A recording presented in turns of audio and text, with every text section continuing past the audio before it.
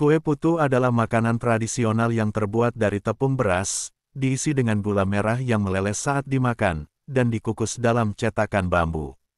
Aroma harum pandan yang menyelimuti kue ini sering mengundang selera. Bu Juli merasa kue putu adalah pilihan yang tepat. Selain mudah dibuat, kue ini juga memiliki penggemar setia, terutama di kalangan masyarakat sekitar. Bu Juli memulai usaha ini dengan modal seadanya. Dia membeli bahan-bahan dari pasar tradisional dan mengubah bagian depan rumahnya menjadi dapur sederhana.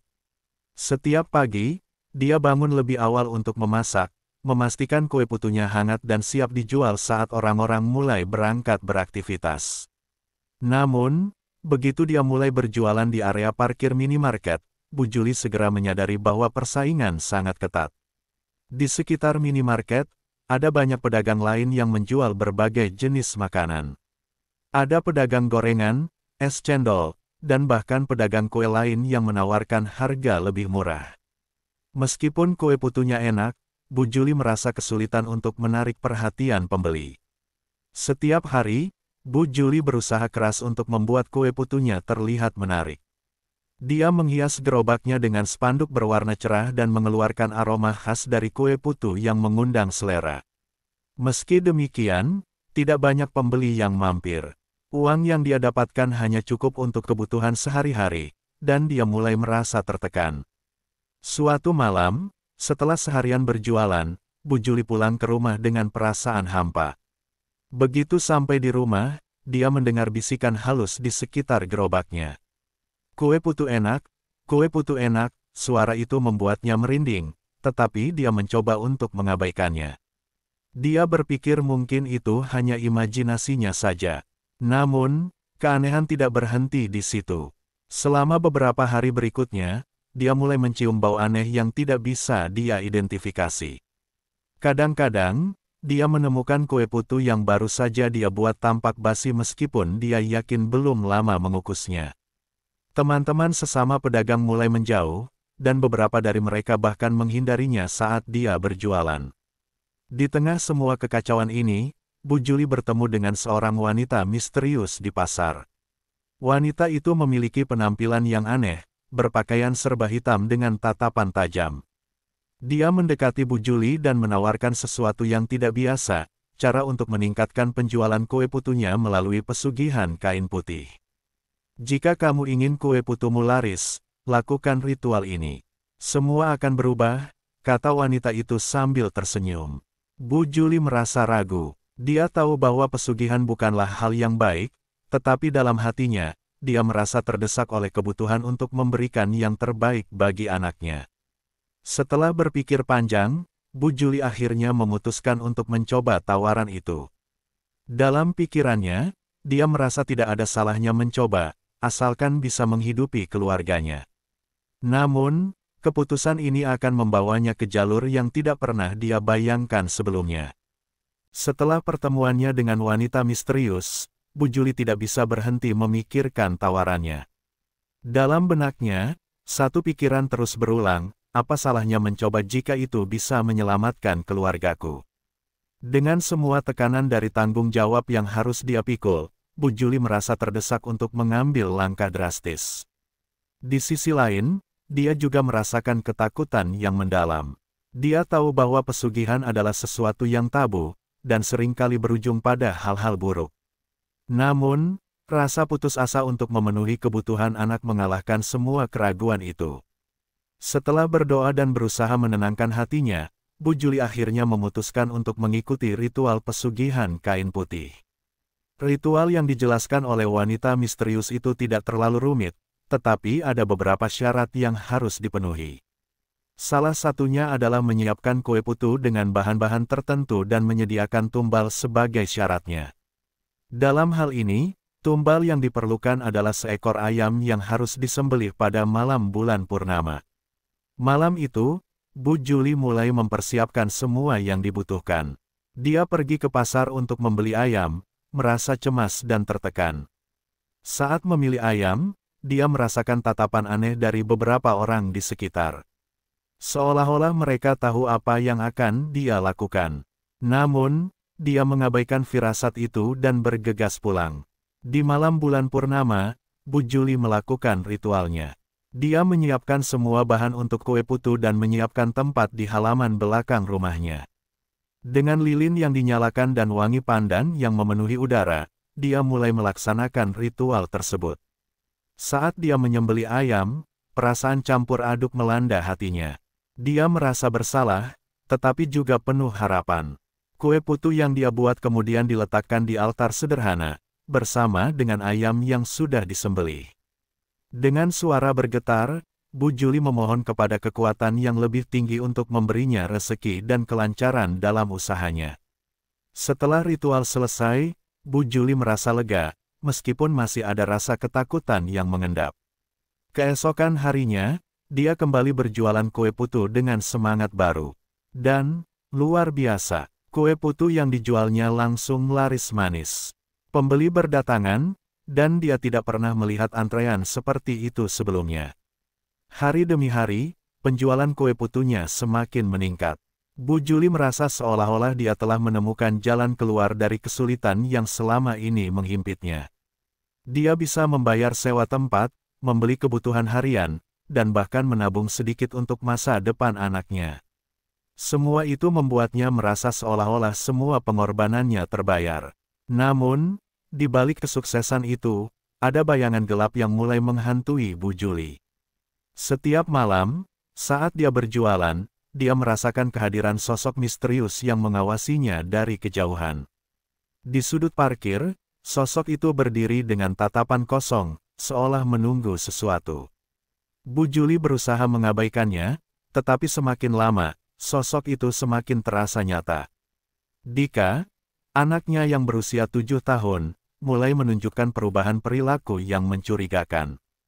Dia sering berbicara sendiri dan terlihat ketakutan tanpa alasan yang jelas.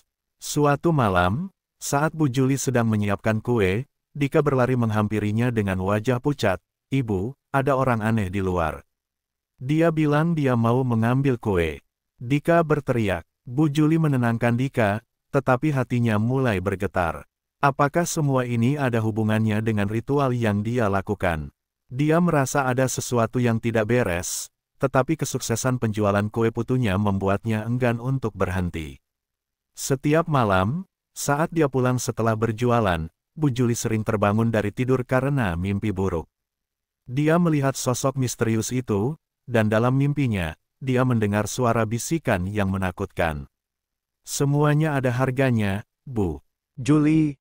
Apa kau siap membayarnya?" Suara itu terus berulang, membuatnya terjaga dengan keringat dingin. Meskipun penjualan kue putu Bu Juli sempat melonjak pesat setelah ritual, beberapa minggu kemudian, keadaan mulai berubah. Pelanggan yang dulunya ramai kini mulai berkurang.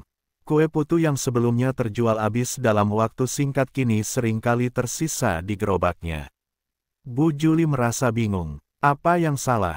Apakah orang-orang mulai bosan dengan kue putunya? Satu malam, saat Bu Juli mengecek gerobaknya, dia menemukan kue putu yang baru saja dia buat tampak basi. Aroma manis yang biasanya menyegarkan kini berubah menjadi bau tidak sedap. Dia merasa sangat khawatir. Apakah ada yang tidak beres? Pikirnya, dia mulai mempertanyakan keputusan untuk melakukan pesugihan. Mungkin ada sesuatu yang melawan hukum alam yang sedang terjadi. Sementara itu, anaknya, Dika, semakin menunjukkan perilaku aneh. Dia sering berbicara sendiri dan kadang-kadang tampak sangat ketakutan. Suatu hari, Dika datang menghampiri Bu Juli dengan wajah pucat. "Bu, aku melihat wanita dengan rambut panjang di dekat gerobakmu." Dia bilang kue putu itu miliknya, kata Dika dengan suara gemetar. Bu Juli merasa terkejut. Dia ingat sosok misterius yang selalu mengawasinya. Mungkin Dika benar-benar melihat sesuatu. Dia berusaha menenangkan Dika dan mengabaikan perasaannya sendiri. "Itu hanya imajinasimu, sayang. Ibu akan membuat kue putu yang enak besok," katanya sambil mencoba tersenyum. Namun, di dalam hati, Bu Juli merasa ketakutan semakin menggerogoti dirinya. Dia mulai berpikir, apakah pesugihan yang dia lakukan telah memanggil sesuatu yang tidak seharusnya ada. Mungkin dia telah berurusan dengan kekuatan yang lebih besar dari dirinya. Setiap malam, Bu Juli terbangun dengan mimpi buruk. Dalam mimpinya, dia selalu melihat sosok wanita dengan rambut panjang yang menatapnya dengan tajam. "Kau harus membayar harga untuk kekayaan yang kau cari," sosok itu berkata dengan suara yang menggetarkan jiwa. Bu Juli terbangun dengan keringat dingin, merasakan ketakutan yang mendalam.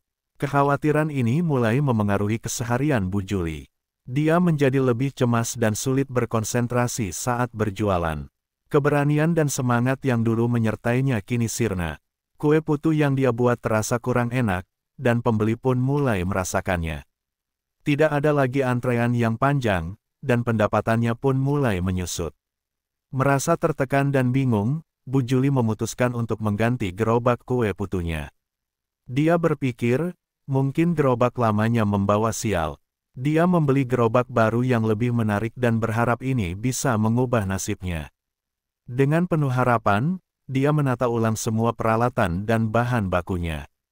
Namun, meskipun usaha ini tampak menjanjikan, perasaan aneh terus menghantuinya. Setiap kali dia berjualan, bau busuk dari kue putu yang basi terus mengganggu penciumannya. Bahkan, beberapa kali, dia menemukan kue putu yang tidak pernah dia buat berada di gerobaknya. Dia merasa seperti ada yang mengawasi setiap gerak-geriknya. Bu Juli semakin merasa terjebak dalam situasi yang tidak bisa dia mengerti. Dia mulai mencari penjelasan untuk semua kejadian aneh ini. Dia berbicara dengan teman-temannya di pasar, tetapi tidak ada yang bisa memberinya jawaban. Semua orang tampak normal, seolah tidak ada yang terjadi. Namun, dia merasakan bahwa ada sesuatu yang lebih besar sedang bermain di belakang layar. Di tengah kebingungan dan ketidakpastian, Bu Juli mencoba untuk tetap berdoa. Dia berharap agar semua ini bisa berlalu dan Dika bisa kembali normal. Namun, malam demi malam, ketakutan semakin menggerogoti hatinya. Dia merindukan masa-masa ketika hidupnya sederhana dan tidak terikat pada hal-hal mistis. Suatu malam, saat Bu Juli pulang setelah seharian berjualan, dia menemukan Dika terbaring lemah di tempat tidur. Dia demam tinggi dan tidak sadarkan diri. Panik, Bu Juli segera membawanya ke dokter. Tetapi dokter tidak bisa menemukan penyebabnya. Semua tes menunjukkan hasil yang normal, tetapi Dika tetap tidak sadarkan diri. Setelah malam yang menegangkan ketika Dika terbaring lemah, Bu Juli terus merasa cemas. Dia tidak bisa tidur dan setiap kali dia melihat anaknya, hatinya dipenuhi rasa takut. Dika tidak kunjung sadar, dan setiap hari dia hanya terbaring dengan demam tinggi. Bu Juli membawa Dika ke berbagai dokter, tetapi tidak ada yang bisa menjelaskan apa yang terjadi padanya. Semua hasil tes menunjukkan bahwa Dika sehat, namun dia tetap tidak sadarkan diri. Dalam keputusasaannya, Bu Juli mulai mencari cara lain. Dia bertanya kepada beberapa orang di pasar tentang dukun atau orang pintar yang mungkin bisa membantunya.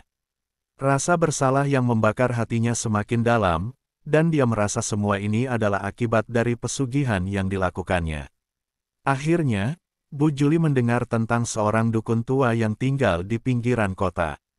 Dia dikenal bisa menyembuhkan berbagai penyakit dengan cara-cara tradisional. Dengan harapan, Bu Juli pergi menemui dukun tersebut. Saat tiba, dia disambut oleh suasana yang mencekam. Rumah dukun itu dipenuhi dengan aroma rempah-rempah dan lilin yang menyala. Dukun itu mendengarkan cerita Bu Juli dengan seksama. Ketika Bu Juli menyebutkan tentang pesugihan dan ritual yang dia lakukan, wajah dukun itu berubah serius. "Kau telah memanggil sesuatu yang tidak seharusnya kau panggil. Kekayaan yang kau cari datang dengan harga," katanya dengan suara berat. Bu Juli merasa tercekat. Dia tahu bahwa semua ini berkaitan dengan keputusan buruk yang dia ambil. Dukun tersebut memberitahunya bahwa satu-satunya cara untuk menyelamatkan Dika adalah dengan melakukan ritual penebusan.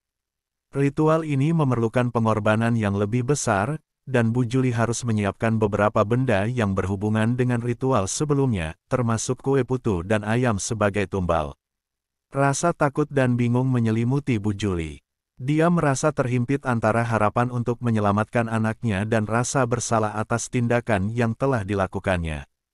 Setelah berpikir panjang, Bu Juli menyetujui ritual penebusan itu. Dia kembali ke rumah dengan hati berat, berusaha menyiapkan semua yang diperlukan dengan harapan Dika bisa sembuh. Namun, di dalam dirinya, dia merasa ada sesuatu yang lebih besar yang sedang mengawasinya. Malam ritual penebusan tiba. Bu Juli menyiapkan segala sesuatu seperti yang dikatakan dukun.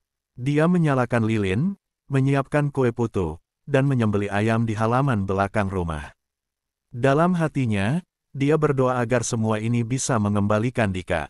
Saat Bu Juli menjalankan ritual, suasana di sekitar terasa semakin mencekam. Angin bertiup kencang, dan suara-suara aneh mulai terdengar, seolah-olah ada yang menanggapi panggilannya. Dika, yang terbaring di dalam rumah, tiba-tiba berteriak keras. Suara teriakan itu membuat Bu Juli terlonjak. "Bu, tolong. Ada wanita itu lagi." Dika berteriak, dan air mata Bu Juli mengalir deras. Tepat saat itu, sosok wanita dengan rambut panjang yang selama ini menghantui Bu Juli muncul di depan matanya. Wanita itu tidak hanya menakutkan, tetapi juga terlihat marah. "Kau tidak bisa melarikan diri dari keputusanmu, Bu Juli. Kau telah mengorbankan sesuatu yang sangat berharga," katanya dengan suara yang menggema. Saat itu, Bu Juli merasakan seluruh tubuhnya bergetar. Dia tahu bahwa sosok itu adalah manifestasi dari kesalahan yang telah dia buat. Bu Juli berjuang untuk menghadapi sosok itu, berusaha meminta maaf dan menjelaskan bahwa semua ini dilakukan demi menyelamatkan anaknya. Namun, wanita itu hanya tersenyum sinis. "Kekayaan tidak pernah gratis. Sekarang, kau harus membayar harga yang lebih tinggi," katanya sebelum menghilang dalam kegelapan malam. Setelah ritual selesai, Bu Juli kembali ke dalam rumah. Dia menemukan Dika terbangun, tetapi tidak seperti yang dia harapkan. Dika tampak bingung dan ketakutan, seolah-olah dia baru saja melihat sesuatu yang mengerikan. "Bu, aku tidak mau lagi melihat dia. Dia bilang dia akan datang untuk mengambilku." Dika menangis. Bu Juli merasa hancur. Dia merasa tidak hanya telah mengorbankan anaknya, tetapi juga telah kehilangan bagian dari jiwanya. Dia menyadari bahwa kekayaan yang dia cari tidak ada artinya jika harus mengorbankan orang yang dia cintai. Rasa penyesalan menyelimuti hatinya, dan dia merasa seolah-olah terjebak dalam lingkaran kegelapan yang tidak bisa dia hindari. Di tengah kegelapan dan kesedihan, Bu Juli akhirnya memutuskan untuk menghentikan semua praktik pesugihan. Dia menyadari bahwa tidak ada kekayaan yang sebanding dengan kebahagiaan dan kesehatan keluarganya. Dia bertekad untuk kembali menjalani hidup yang sederhana, meskipun harus berjuang lebih keras untuk menafkahi keluarganya. Namun, meski keputusan itu diambil, bayang-bayang sosok wanita itu terus menghantuinya. Dia merasa seolah-olah ada yang terus mengawasinya, menunggu saat yang tepat untuk mengambil apa yang telah dia korbankan. Setelah malam ritual penebusan, Bu Juli bertekad untuk kembali menjalani hidup yang sederhana. Dia menyadari bahwa kekayaan yang dia cari tidak sebanding dengan kebahagiaan dan kesehatan orang-orang yang dicintainya. Dengan hati yang berat, dia memutuskan untuk menutup gerobak kue putu dan berhenti berjualan. Dia mencoba mencari pekerjaan lain, meskipun banyak orang di sekitar mulai menjauhinya. Walaupun keputusan itu sulit, Bu Juli merasa bahwa itu adalah langkah yang tepat. Dia mulai bekerja sebagai buruh cuci di rumah-rumah tetangga, berusaha mendapatkan uang sedikit demi sedikit untuk mencukupi kebutuhan sehari-hari. Meski tidak mudah, dia merasa lebih tenang dan lebih dekat dengan anaknya. Namun, meski Bu Juli berusaha keras, Dika masih belum sepenuhnya pulih. Meskipun fisiknya sehat, Dika tampak ketakutan dan sering terbangun di malam hari dengan teriakan. Bu Juli merasakan betapa beratnya beban yang harus ditanggung anaknya. Setiap kali dia melihat Dika, rasa bersalah kembali menghantuinya. Dia merasa seolah-olah telah mencuri masa kecil anaknya dengan keputusan yang dia buat. Suatu malam, saat Bu Juli sedang duduk di samping Dika yang sedang tidur, dia mendengar suara aneh di luar rumah. Suara itu terdengar seperti bisikan yang memanggil namanya. Bu Juli, Bu Juli, suara itu membuatnya merinding. Dia tahu itu suara sosok wanita yang pernah menghantuinya. Bu Juli berusaha mengabaikannya, tetapi ketakutan semakin menyelimutinya. Beberapa hari kemudian, Saat Bu Juli sedang mencuci pakaian di sungai, dia melihat sosok wanita itu lagi. Wanita dengan rambut panjang dan wajah pucat itu berdiri di tepi sungai, menatapnya dengan tatapan tajam. Bu Juli merasa jantungnya berdegup kencang. Kau tidak bisa melarikan diri dariku, Bu Juli. Kau sudah membuat pilihan, dan sekarang saatnya untuk membayar, sosok itu berkata dengan suara dingin. Bu Juli merasa tercekik oleh ketakutan. Dia meminta ampun dan menjelaskan bahwa semua yang dia lakukan adalah demi keluarganya. Aku tidak ingin kaya lagi. Aku hanya ingin anakku sehat. Teriak Bu Juli, tetapi sosok itu hanya tersenyum sinis. Kekayaan dan kesehatan tidak bisa dipisahkan dari harga yang harus kau bayar, katanya sebelum menghilang ke dalam kabut. Setelah pertemuan yang menakutkan itu, Bu Juli tahu bahwa dia tidak bisa terus hidup dalam ketakutan. Dia merasa terjebak dalam siklus yang tidak pernah berakhir. Dia harus menemukan cara untuk mengakhiri semua ini. Dengan tekad yang kuat, Bu Juli kembali mencari dukun yang pertama kali dia temui. Dia berharap ada cara untuk menebus kesalahannya dan menyelamatkan Dika. Saat Bu Juli bertemu dukun itu, dia menjelaskan semua yang telah terjadi. Dukun itu mendengarkan dengan serius dan kemudian berkata, hanya ada satu cara untuk menebus semua ini. Kau harus mengembalikan semua yang telah kau ambil, dan itu akan melibatkan pengorbanan yang besar. Bu Juli sadar bahwa dia mungkin harus menghadapi konsekuensi terburuk dari semua yang telah terjadi.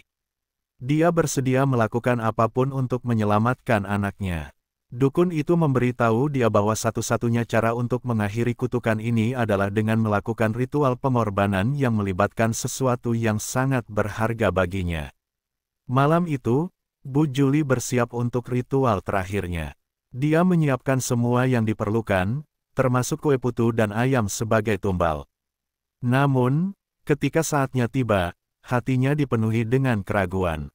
Apa yang harus dia korbankan? Apa yang lebih berharga daripada Dika?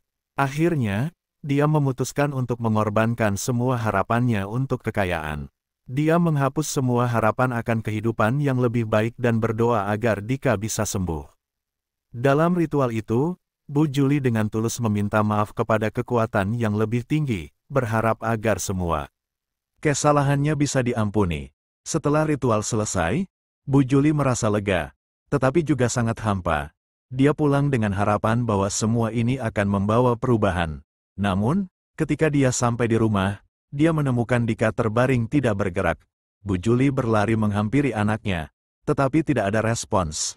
Dika terbaring kaku, dan Bu Juli merasakan seluruh dunia seolah runtuh di hadapannya. Dika, bangun, ibu ada di sini, teriak Bu Juli sambil menangis. Namun, tidak ada jawaban. Dalam hati Bu Juli, semua rasa bersalah dan penyesalan bercampur menjadi satu. Dia merasa telah kehilangan segalanya, anaknya, harapan, dan bahkan jiwanya. Di malam itu, Bu Juli menyadari bahwa kekayaan yang dia cari tidak sebanding dengan cinta dan kebahagiaan yang telah dia korbankan. Dia duduk di samping Dika, memeluk tubuh kecil itu dengan air mata mengalir, merasakan kehampaan yang mendalam.